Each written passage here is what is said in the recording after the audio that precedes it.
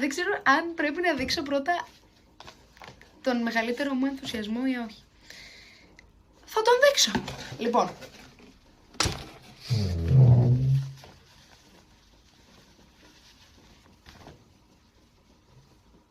Τελεία και παύλα. Τελεία και παύλα. Εδώ. Αυτό είναι το πίσω. Και αυτό είναι το μπροστά με το White Soul. Παιδιά, ανυπομονώ να πάω στη σχολή να φορέσω αυτό. Τέλος. Τέλος.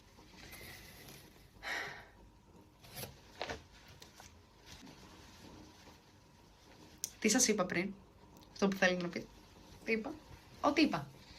Ό,τι είπα πριν. Ό,τι είπα προηγουμένως. Προχωράμε σε αυτό το οποίο έχει συμβεί εδώ. Να πω ότι όσοι με ξέρετε, γνωρίζετε πάρα πολύ καλά τι θα πει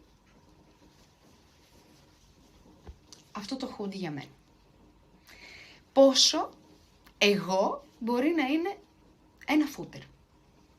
Φορώντας λοιπόν το καινούριο μου φούτερ, θα πω ότι πρόκειται για ένα full value for money προϊόν. Είναι 100% βάμβα κερά τα t-shirt και 70% νομίζω τα hoodies. Ευχαριστώ πολύ που παρακολούθησες αυτό το βίντεο και ελπίζω να ήταν κάτι χρήσιμο για σένα. Θα τα πούμε σύντομα σε ένα επόμενο και πάω να απολαύσω τα καινούργια μου ρουχαλάκια.